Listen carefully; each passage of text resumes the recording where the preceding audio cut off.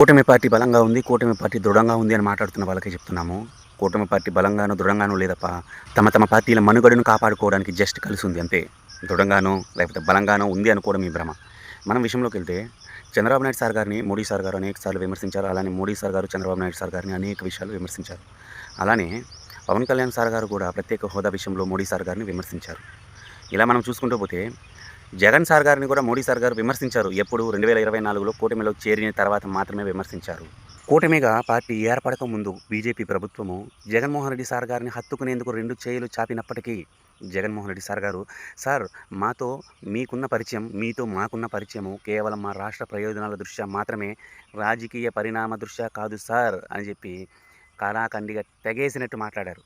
కాబట్టే వాళ్ళకి ఇంకో ఆస్కారం లేకుండా మీతో పొత్తు పెట్టుకున్నారు. ఒకవేళ కూటమి ప్రభుత్వాన్ని పడగొట్టాలి, కూటమి ప్రభుత్వాన్ని చీల్చాలి అని జగన్మోహన్ రెడ్డి సార్ గారు అనుకుంటే, ఆయనకు నిమిషంలో పని. జస్ట్ మోడీ సార్‌కో, లేకపోతే అమిత్ షా సార్ గారికో ఒక్క ఫోన్ కాల్ చేసి, "సార్ నేను మీకు మద్దతిస్తాను" అంటే ఖచ్చితంగా 100కి 1000% కూటమి ప్రభుత్వం నుంచి బీజేపీ పార్టీ అనేది విడిపోతుంది. విడిపోతే ఖచ్చితంగా కూటమి పార్టీ పడిపోతుంది. కానీ మా జగన్మోహన్ రెడ్డి సార్ గారు అలా చేయరు. ఎందుకంటే అలా చేయడము ధైర్యవంతుని లక్షణం కాదు. మీరు ముగ్గురుగా ఉన్నప్పుడే మా జగన్ సార్ గారిని ఓడించారు. అలానే మీరు ముగ్గురుగా ఉన్నప్పుడే మా జగన్ సార్ గారు మిమ్మల్ని ఓడించాలి, ఓడిస్తారు.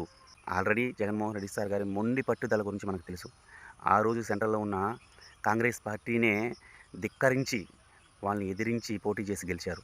ఈరోజు ఖచ్చితంగా 2029లో జగన్మోహన్ రెడ్డి సార్ గారు గెలుస్తారు. ఇది తథ్యం. Just wait and see. ఇక మీద ఎప్పుడు కూటమి పార్టీ బలంగా ఉంది, దృఢంగా ఉందని దయచేసి మాట్లాడకండి.